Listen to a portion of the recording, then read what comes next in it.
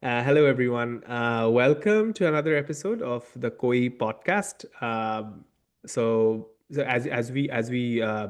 As some of you know, following the podcast, what we try to do as this part of this podcast is that we invite specifically research from early career researchers.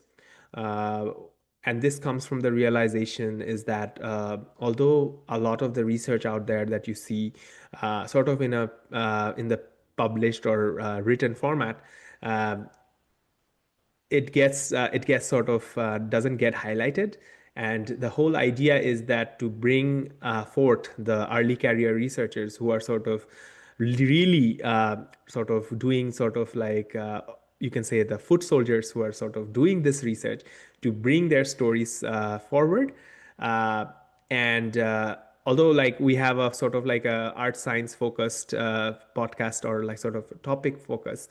However, I am open to sort of bringing in different ideas in this podcast, and so basically, this is sort of again sort of like a tangent from the usual speaker series that you've seen in this episode. So today we are going into the world of behavioral sciences and economics.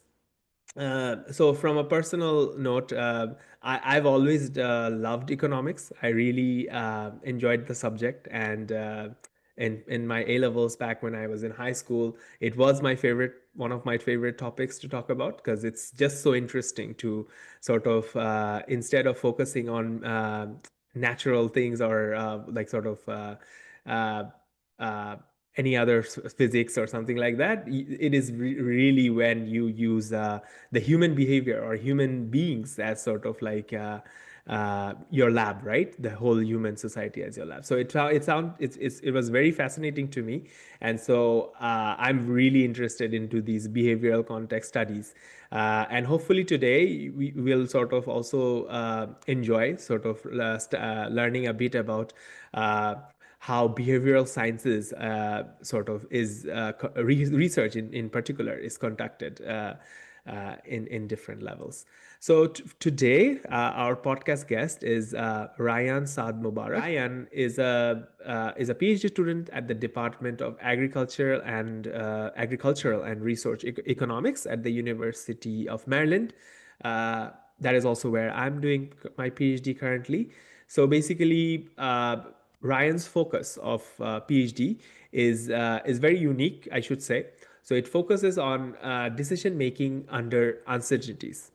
So it deals with more generally on how people make decisions when they are uncertain about a particular aspect. And we are also going to talk about sort of the recent paper that Ryan published, which focuses on how different forms of reminder emails can be an effective tool to sort of save money in this world. Today, in this world, saving and finance is definitely a hot topic with the current state of the world. And I think it would be nice to sort of get a researcher's perspective on how things are and maybe even get some tips on how we can save better. So Ryan, welcome to the podcast. Thank you so much for agreeing to do this. If you just want to sort of start off to sort of eh, introduce yourself, what are you currently doing, and yeah, so take it over. Hi. Yeah, thank you for having me. I really appreciate being on your show. I think it's very important for, as you mentioned, early career researchers to get this platform through which they can talk about the research and talk about the interesting things they've been working on. But so yeah, I'm Rayyan. I'm from Bangladesh, and I'm currently a third year PhD student at the Department of Agricultural and Resource Economics at the University of Maryland. So I did my undergraduate in the U.S. So I studied at this small liberal arts school called McAllister College. It's in Minnesota. Um, and so I studied economics and mathematics. And then after that, for 2 years, I worked at the Wharton School of the University of Pennsylvania as a pre-doctoral researcher before coming to the University of Maryland and starting my PhD.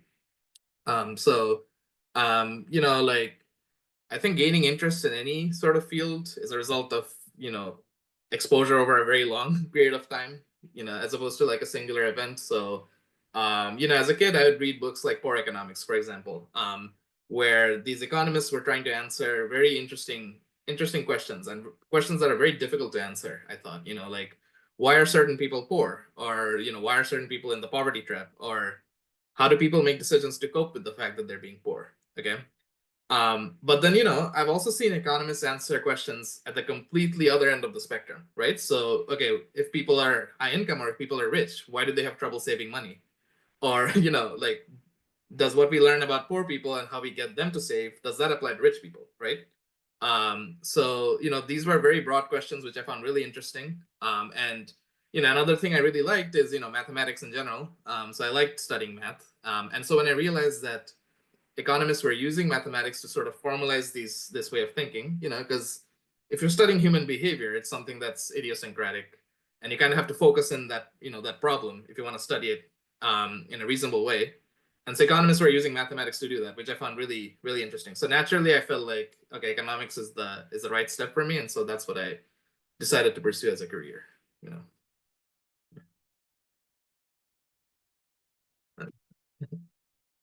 Yeah, sorry, I was muted. So basically, yeah, thank you so much, Ryan. That was definitely sort of also like running in the back of my head why you would go down this behavioral science that like slash economics pathway. So yeah, moving forward.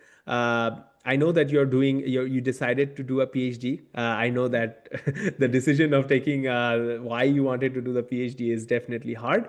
But if you want to tell us a bit about like what is your current research focus as part of broadly your PhD program, and yeah, and how did you come up with that question?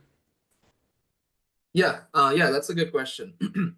So the research I do focuses on decision making under uncertainty. So what that means is people are making decisions at a certain point in time that has to do with their future. Okay, so they don't know what's going to happen in their future, but they have to take some form. They have to make a decision now. Okay, in order to, for example, they could prepare for the future. Okay. So in the past, a lot of my published work has focused on, vaccination behavior. Okay. So you don't know how, your probability of being sick in the future. And so do you get vaccinated now? Okay. That's an interesting decision because that's sort of like an irreversible investment, like if you get vaccinated, you can't go back to being unvaccinated. Okay. And so, it has focused on vaccination behavior. The paper I'll talk about today focuses on savings behavior, right? So this Mhm. is, you're trying to save money for the future. You could have emergency expenses in the future, and you need to prepare for that. Okay. Um, a lot of my current research has now delved into agriculture. Okay. Because I realized that agriculture is also this context where farmers are making a lot of decisions before knowing what's going to happen. Okay. So if you think about it, when they're making their choices of, okay, what I'm going to plant, or what machinery I'd use or whatnot, this is before they even know what harvest they'll get. So there's this time between those periods where they kind of have to make expectations on what harvest they'll get, and more importantly, they don't even know what prices they'll get. Okay, so I'm Right. making these investment decisions now, and I don't even know if I'll get a good enough price for the harvest that I'll get later. Okay, so what do they do now to take preparation for that? Okay, there are a lot of sort of insurance programs in the U.S., for example, like revenue protection insurance, where if prices fall below certain levels, farmers Right. can get actually compensated for that. Okay. Okay. Are they making these purchases now, or how does that affect their crop choice? Maybe they're going to diversify over a bunch of different crops, as opposed to buying Right. just like producing just one crop. So I think agricultural economics is another context through which I can study these same questions that I'm interested in, and so this is sort of my focus of research right now. So Right. like, yeah, I'm going to talk today about savings behavior, but a lot of research I do now is actually about storage behavior. Oh, Like, instead of saving money over time, you're trying to save a commodity over time. Or like, for example, farmers are trying to save a commodity over time so that they can sell it later in the future if they get a better price. So right. I try to think about, okay, what are the barriers they face when trying to make that decision, and try to see we could help alleviate some of that. Right, absolutely. No, that's definitely like just going back to sort of the uncertainty aspect of your research. I feel like uh, there's a specifically related to savings behavior and how sort of like the personal finance is like a big thing now. I like every time you go into YouTube, you will find like 10 podcasts like focusing on how you can save money, invest, and all that. So definitely, it's definitely a very relevant topic, but it's from the grand scale of things, this is also very relevant. That it's always been relevant, and it will probably be relevant all throughout sort of humans. It's just that like throughout human civilizations, this has been sort of like the central question, right? So how do you prepare for the future? And that is also sort of related to how humans like how the civilization has grown in itself, right? Because Right. yeah, everything from the agriculture, like how agriculture initiated, also it was also related to how we can sort of ensure the uncertainties of related to the weather and all that. So yeah, definitely these are like fascinating questions, and yeah, it was like a pleasure listening to your overall PhD topic. So Ryan, do you want to sort of transition into telling us a bit about your latest paper? I know that it is focusing on the sort of behavioral science aspects of saving.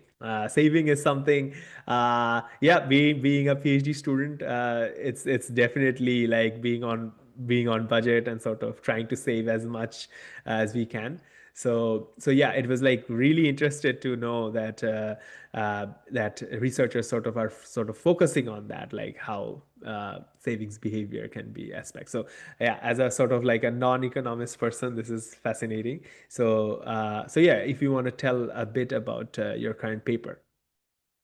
Right. Yeah. Thank you. So our recent publication. So we try to solve this very fundamental problem, which you put together, which you articulated very nicely, which is okay. People have trouble saving money. And in the U.S., people struggle to even save a month of paycheck. And so there have been strategies in the past that tried to get people to save, right? And so some of those strategies delved into what we call the action intention gap. So people intend to do something, but that's very different from what they actually end up doing, right? So in our case, what we hypothesized is, okay, these certain people, they're able to save, they have the money, but their memory loss prevents them from being able to make that savings decision. Okay, so what we try to do as experimenters is try to solve that sort of, I guess, quote unquote market failure, where we just remind people that, okay, you should try saving money now, for example. And we do this in a lot of different ways, and we do it using emails, basically. So we ended up partnering with a large bank, and we just sent people reminder emails to just try to get them to save money. Okay, and we varied the frequency by which to send emails. We varied the content of the email. We very carefully thought out the timing of the email. Okay, so like for example, should people be sent an email when they have just received money in their account? Mhm. Or should they be sent an email at the end of the month where after they've made all their expenses, whatever's left, like theoretically, that's something they end up saving for the next month, for Right. example. So Right. maybe that's when we should tell them to save money, right? Uh-huh. So a lot of these comparisons between different strategies in the past have not been done at a very large scale. And when you Okay. don't do it on a large scale, then sometimes you can bring these findings into question, right? So Right.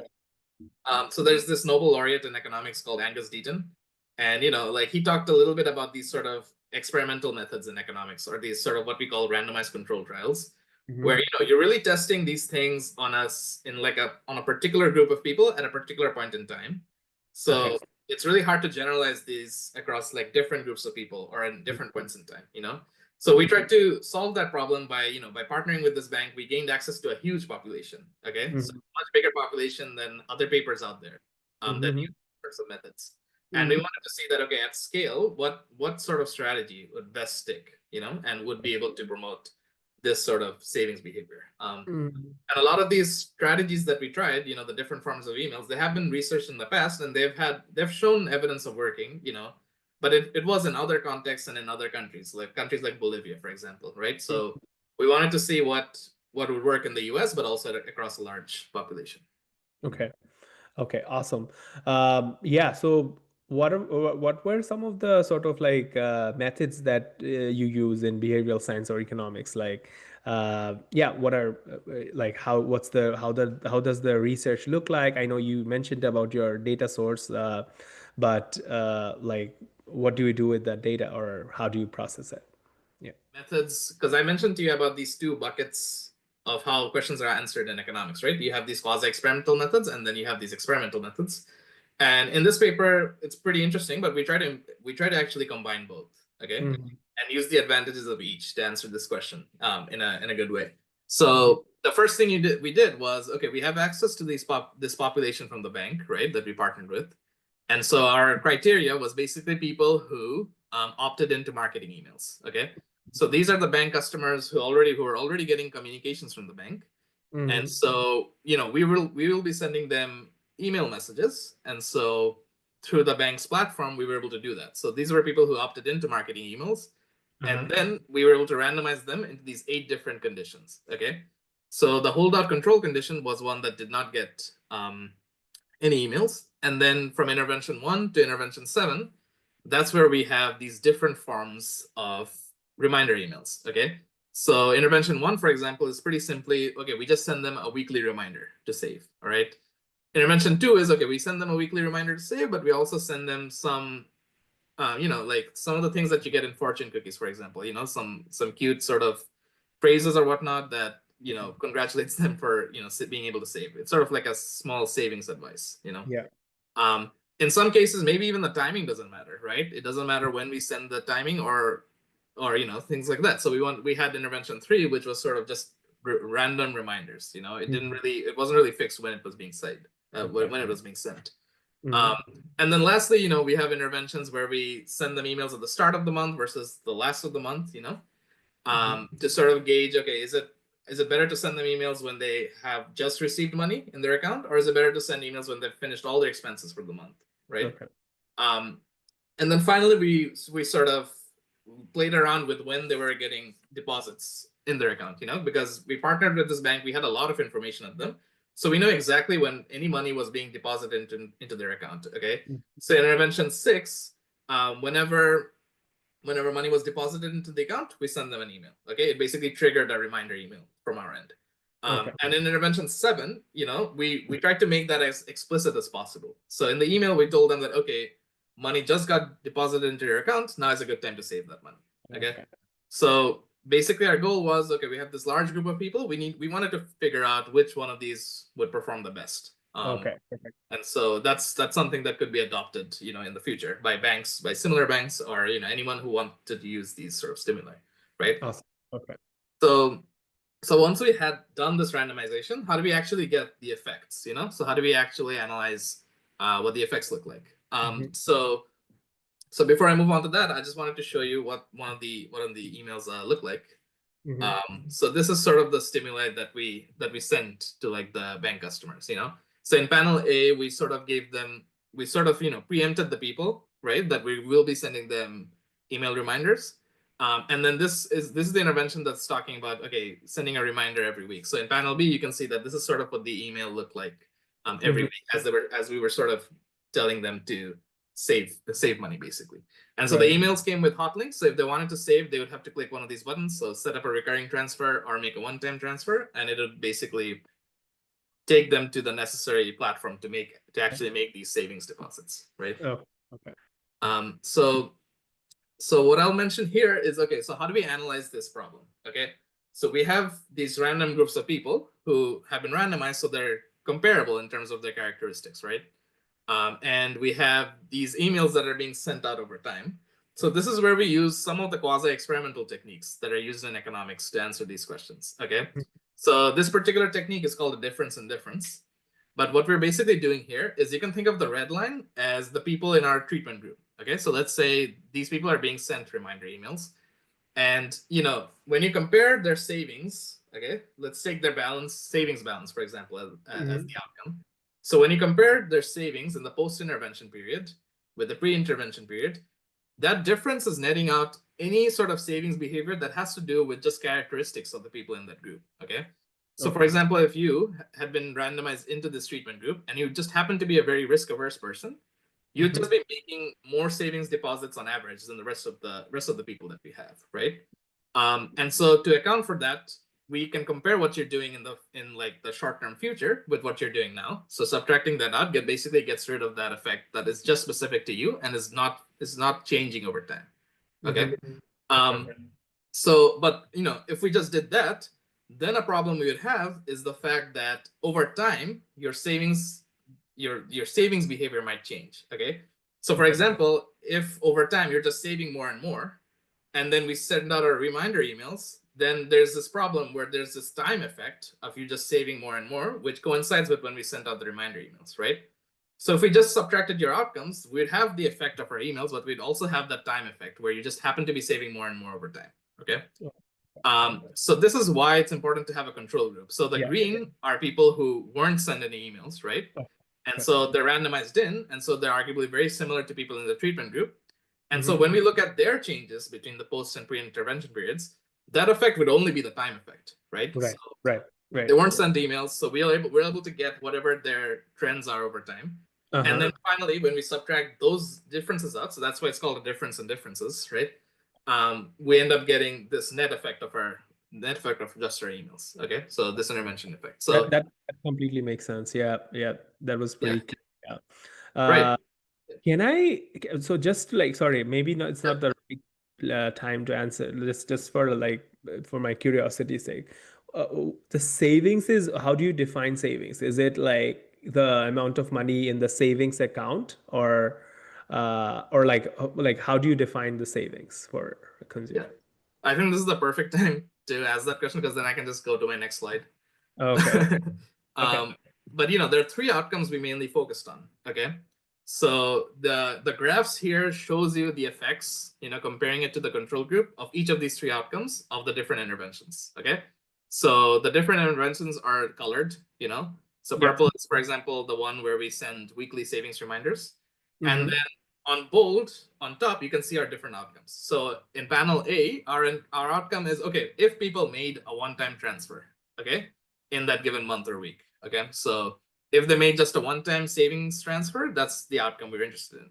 In panel B, it's a stronger outcome, but we wanted to see people set up a recurring transfer. So recurring transfer is like, okay, every week money is going to Okay. be taken out of your account to be saved, right? Okay. And then lastly, what we looked at is the saving balances that's itself, as you mentioned. Okay, like we have information on how much exactly is being deposited, and so Right. that was the final outcome we looked at. So does it create a meaningful change in savings deposits at the end of the day? Okay. Mm-hmm. And so you can see here pretty clearly that, okay, savings reminders, so just the simplest, like in my opinion, it was a very simple intervention of just sending weekly reminders to people. That was pretty effective in getting them to both increase their one-time transfers, and ended up also increasing sort of their savings balances. Okay. So we don't see much of an effect on recurring transfers, but the story there isn't very interesting. There were some technical issues with the intervention, which is, it's kind of important to bring this up because on paper, these sorts of studies where you're running an experiment on people sounds really nice, but then actually implementing it is something that takes a lot of work and is very challenging. And Absolutely. and if things go wrong, you just have an experiment that's flawed and you can't go back and change things. You've already spent the money and you've already done Right. everything, right? So Right. this is one of those scenarios where we learned pretty late into the study that the bank didn't have a very easy way of setting up a recurring transfer on their app. So when it comes to making a one-time deposit, those sort of hyperlinks I showed you in those emails, if they click Mm-hmm. on the one-time transfer button, they are taken to the app and they're able to very easily set up a one-time transfer. But Okay. when it comes to recurring transfers, their app didn't have that capability. So what Mm. happened is if they clicked on the button, they would be sent to the browser version of their bank Uh, account. right. They have to, Which they is would have to, yeah, they'd convenient. have to basically log in and do that manually. Yeah, yeah, yeah. Okay, okay. Yeah, yeah, yeah. Um, so it adds this inertia to the process, right? And Yep, yep. so And the it's like super, I think that's like a super like relevant thing because now a lot of us like we read our emails through our phones, so we'd rather like have it go to the app, right? Because exactly, yeah, that creates a lot of buffer in the process. Because yeah, you don't have to sign in. Some people just have their face IDs like as locks, so you're right. convenient too. Yeah. Yeah, that's exactly right. So, like for educational purposes, it's important to bring this up because if aspiring economists or aspiring researchers are trying to think about using these methods, there are a lot of caveats that you need to Absolutely. Yeah. think It's about. like little things are, like, that, and the gem is in the details, right? So, Right. Yeah. And yeah. it's the smallest thing, like we tried to be really careful. We had a lot of meetings with the banks, we were trying to make sure that everything was running smoothly. And this was something that we just happened to find out, and Right. it had a huge implication for our results, right? And how much we could generalize the results. Okay. Um yeah, but overall what we were able to find is okay, So, saving reminders. really interested. I know I'm reading a bit into the plot, but if you want to sort of run us through, like, which interventions did well, and like overall, which one would you say is did the best job? Right. I mean, so based on these results, like the effects here are sorted. So the top most interventions, the savings reminder is the one that performed better in terms of one-time transfers. Okay. So it seems like just sending people weekly reminders was pretty good at just getting them to save. So it buys into our story of people having this action intention gap, like they want to save, but it's their memory loss that's really impeding them. Okay. So just sending this out was seemed to better perform than all these other interventions. Okay, and we were really careful in testing this effect. Okay, so for example, if you look at all these different effects individually, in statistics, there's this problem of making a type 1 error. You're finding an effect, but there isn't really an effect. And whenever you're doing any sort of statistical inference, there's some probability that you're making that error. And so if you're looking at all these effects individually, it just increases the probability of making that error, right? As you go down this list. But we were Mhm. really careful about that. We did a lot of pretty interesting techniques to account for the fact that, okay, we're testing multiple hypotheses at the same time. Okay. Oh, okay. So under these very conservative approaches, we find that savings reminder seems to be the one that's doing best. Which is nice because in practice, this is something that, if people are trying to save individually, nowadays they have the technology to set these reminders up for themselves. So something I do is I Mhm. use Google Calendars a lot, right? If Right. I have to do something, then I just set up a task in Google Calendar and have it just remind me every day. Yep, Um, yep, absolutely. And yeah, that's like, I think that's like what you said about the calendars, the Google Calendar reminder. That's like super relevant because nowadays I seem to put everything on my calendar, and it's like if it's not there in my calendar, it will not it I might even miss meetings and stuff like that because it's yeah, not in my calendar. So I think that's how, like, what I would say, like, professionals nowadays, or not even professionals, like even general people in general, like they're like so dependent on that reminder. right. So yeah, that really shows. What about some of the other techniques? Like, if you just leave out the weekly reminder part, what about the other interventions? Yeah, so I mean, one thing you can see that most interventions didn't have much of an effect. So the vertical line here is just what the average is for the control group. Okay. Okay. Okay. And so you have the other interventions, we have the white dots, which are like, okay, the average effect of that intervention. But then, we have this confidence band around it, because under different assignments of the data, we could have gotten different results. Okay. And statistics has a nice way of, formalizing all of that so that it gives you an error bar or like an error band on what your actual estimated effect is, right? And so we can see that a lot of these, if we look at one-time transfers, then other than interventions 1 and 2, a lot of these didn't have, much effects. Okay. Okay. And so even this is something that's important to know Yep. because an inefficient use of resources would be if prior to doing the testing that we did here is if we adopted one of these other emails, right? Exactly. And we started sending them out and we'd have no idea on what if that's doing anything. And so this paper is nice because it tells you that okay, there are certain emails that you should be using more than others, right? Yeah. Um, Yeah, makes sense.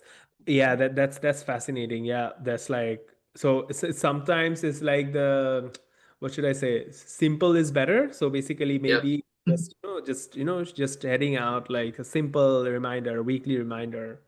Was this weekly? Like every week you send out a reminder, or? Yeah, intervention 1 was weekly. Yeah. Yeah, yeah, okay, okay. That Um, makes. and something else I should mention is like these are very low cost, interventions. Like all we're doing is sending out emails.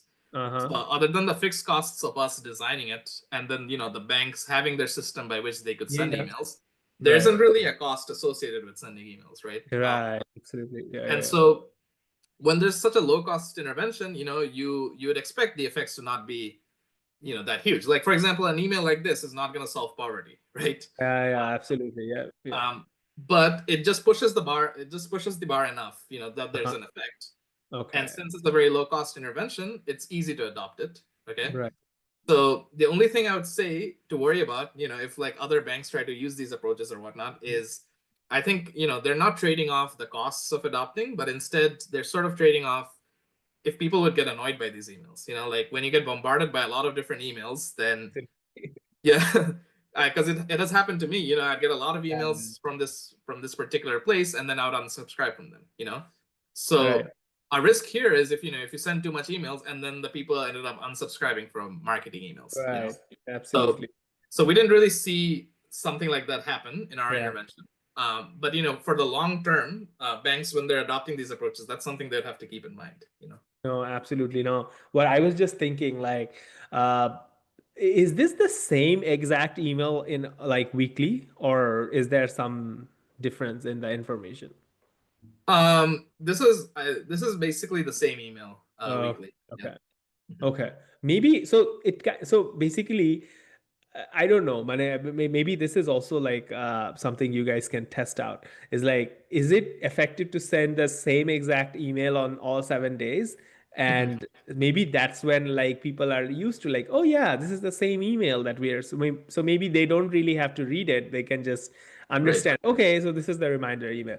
Or what effect it would have if you had like different subject line, different content every week, and then people just get like bored. Oh, I don't have time to read this. Let's just ignore this, right? So I mean, interesting. so I Yeah. mean, across our interventions, we did vary that. Okay. So some of our interventions are, even I think intervention one, where you have the weekly reminders, but then if people do make a savings deposit, you send them a congratulatory email. You Right. know, Right.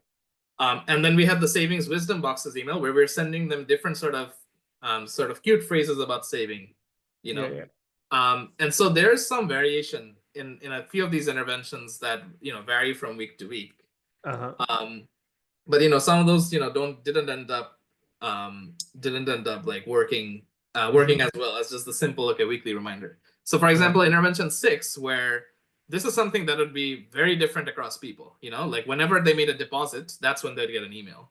So Uh-huh. if you made two deposits in a given month, you'd get two emails, and like simplifying things, that's how you'd get Yeah. the right. So there's some variation in person to person how they get these emails, and even within a person, like every week there's some variation to the emails. But then I think intervention one was the most constant across weeks. I think Hmm. it was, yeah, basically the weekly reminder. Yeah, awesome. Yeah. No, so maybe simple is always the best. Maybe we can take out we can take that minor out from your research. But fascinating work, Ryan. This is I feel like, as you said, it's what we sort of as researchers sometimes don't miss out, and you mentioned this very rightly, is that it's not always like finding the best way, which is the correct answer, but it's also analyzing which are not the correct answer, or like finding the interventions which don't work. So in your research, I think it's also very clear, like what are the steps, and it's like so important, right? Because as you said, that this could be like millions of dollars going into one particular schemes uh, on like not having that particular scientific basis, right?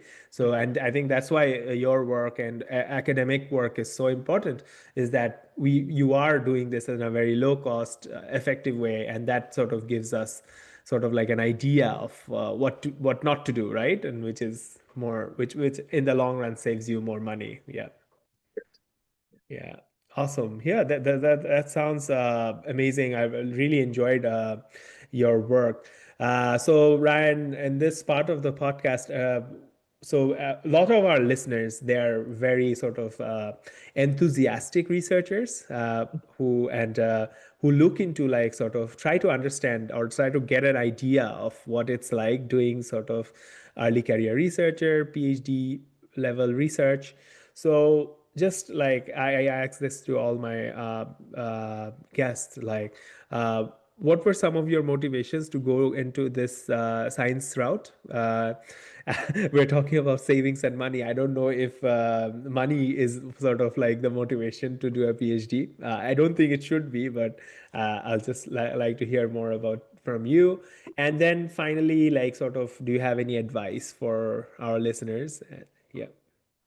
Yeah, no, I think that's a good question. So, I think honestly, there's a trade-off here too, right? Like when you're young, it's a good time to try out different things and figure out what your interests are. Um, but also, if you've realized early on that you're interested in a particular thing, you can take steps to better prepare for your ultimate career on that thing. So for economics, I would say is if there's anyone who is about to start college, or is currently in their early years of college, I recommend I cannot emphasize enough the importance of mathematics. Okay, but with a footnote on it. All right, so essentially, economists have formalized their way of thinking about problems, and it very heavily relies on mathematics. Okay, and so when you're studying something as idiosyncratic as human behavior, you need to have a powerful grasp of mathematics to actually model that behavior. Okay, but then ultimately, you would like to test whatever you model on data. So as I showed you here, there were some statistics involved in, okay, we have this model that, okay, reminder emails are going to help people save, but now how do we actually test that on data? So now we partner with the bank and we actually, Mhm. end this entire intervention. But then how do we get answers from the data to match to what we predicted in our model, right? So there's some statistics involved here, which is Right. also a part of mathematics. So early on, I suggest that people think about mathematics. If they're in college, they should consider picking up like a math major, Mhm. and do that alongside economics. Um, Mhm. but I will say though, I think it's not a sufficient condition. Okay, so like being good at mathematics doesn't really imply you'll do good research in economics. Okay, so I've met a lot of people over the years who have like insane technical skills, right? And it's impressive. Like they were all physics majors or engineering majors, so they had a much powerful, better grasp of like mathematics than me. But when it came to answering questions in economics that are worth researching, that's where they struggled a bit. And the Mhm. reason is, they transitioned from these other fields and they never actually studied economics. And what that means is they were never exposed to how economists think and what questions they find interesting and Right. what questions are left to be unanswered, right? So Mhm. so I think that's the advice I'd give early career researchers. So to keep an open mind, if you're interested in economics, read different books. Think about how economists think, but then to build up your technical skills, you should also, in parallel, be studying mathematics in any way you can. Right, absolutely. Yeah, but I think what I pick up from that, and that's relevant to most disciplines. I'm a geographer, and I know that it's about how the professionals or like how the academics in your fields think, right? As you mentioned, like it's not about like, yeah, definitely like with the advent of AI, I think this is getting more relevant, is that the technicalities, definitely it's important, the skills are important, but honestly, like you just have to have that question that keeps you up at night, right? Like that greater sort of pursue, like a, I wouldn't say passion, I don't know passion is the right word, is the like relevant here, but having, knowing how to think, right? And yeah, but this is going down another route, but I feel like this is more relevant with the advent of AI, because definitely you need that sort of subject matter perspective to find out which questions are actually relevant, right? Which are like coming up with the questions is sort of like why you would actually do a PhD in this era of AI in the first place, right? I don't know if you have anything to add on that, but yeah. Yeah, I mean, no, I think that's a great point. And yeah, I mean, the whole topic of AI is like its own podcast episode, honestly. Yeah. Um, Yeah. but I think, as if you're an early career researcher and you've just started college, I think the best people to talk to are probably your professors. So that's what I found most helpful in undergrad. So, there'd be department seminars where researchers from other universities come in and they'd present. And, I'd go to those seminars and just try to get an idea. Like I was too young to understand the technical skills behind it, and how they answer that question. But ideally you should be able to answer, you should be able to figure out, because economics is a very intuitive science, so intuitive social science, and you Mhm. should be able to figure out what questions these researchers are trying to answer and the broader importance of these questions. You know, Right. so talking to professors or talking to these seminar speakers, even, I think that's a good way of like, gaining interest in economics as a field, right?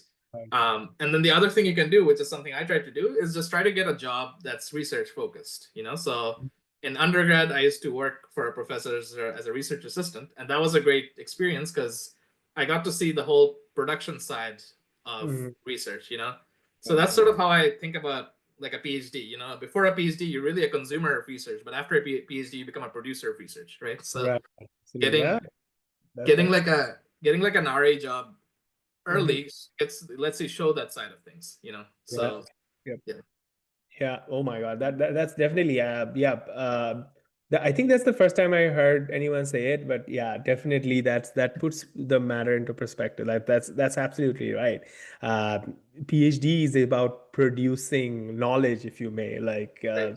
you are trying to sort of contribute to the human bank of knowledge. So I think that's very important. And yeah, that's a brilliant way you just put it there.